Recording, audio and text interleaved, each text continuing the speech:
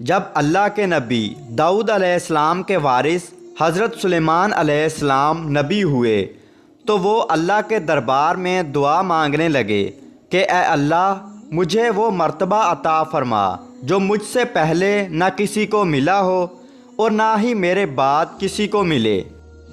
وہ دور ایک عجیب دور تھا۔ لوگ جنات اور کالے جادو پہ زیادہ یقین رکھتے تھے۔ اللہ نے اپنے نبی سلیمان علیہ السلام کے لیے چرند، پرند، ہوا اور جنات کو ماتحت کر دیا۔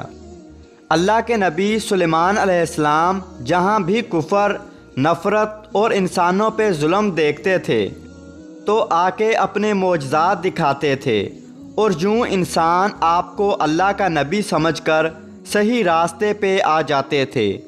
اور اگر کوئی جن کسی انسان کے گروہ پر حملہ کرتا تھا، اسے نقصان پہنچاتا تھا، تو آپ اس جن کو زنجیروں میں جکڑ دیتے تھے، اور آپ کا تخت فضا اپنے کندھوں پہ اٹھائے پھرتی تھی۔ آپ آسمانوں میں پرواز کرتے تھے۔ تو ویسے ہی آپ آسمان میں پرواز کر رہے تھے، اتنے میں ایک جن آ کے آپ سے کہنے لگا کہ اے اللہ کے نبی، زمین پہ بابل کے پاس جنات کا ایک گروہ انسانوں پہ ظلم کرتا ہے، اور وہاں کے جن انسانوں میں حلول کرتے ہیں اور پھر انسانوں کو تکلیف دے کے یہ منواتے ہیں کہ ان کے پاس غیب کا علم ہے، اور یوں انسان بھی صراط مستقیم سے ہٹ رہے ہیں۔ جیسے ہی اللہ کے نبی سلیمان علیہ السلام نے اس بات کو سنا تو آپ اپنے تخت کو بابل کی طرف موڑتے ہیں اور اس گروہ کے پاس جا کے کہتے ہیں، اے تکبر میں رہنے والو، اللہ سے ڈرو۔ وہ جنات کا گروہ حضرت سلیمان علیہ السلام کی طاقت سے ناواقف تھا۔ ان میں سے ایک جن کہنے لگا، ہم کسی سے نہیں ڈرتے، ہم اپنی مرضی چلاتے ہیں۔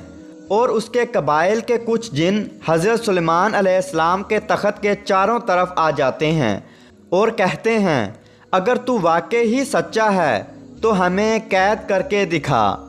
اللہ کے نبی حضرت سلیمان علیہ السلام جیسے ہی اپنی عصا ان جنات کی طرف کرتے ہیں تو ہوا اور مٹی کا ایک عجیب ہی طوفان اٹھتا ہے، اور زمین کو چیر کے لوہا نکلتا ہے اور زنجیروں میں تبدیل ہو جاتا ہے، اور وہ زنجیریں ہر اس جن کی گردنوں میں آ پڑتی ہیں۔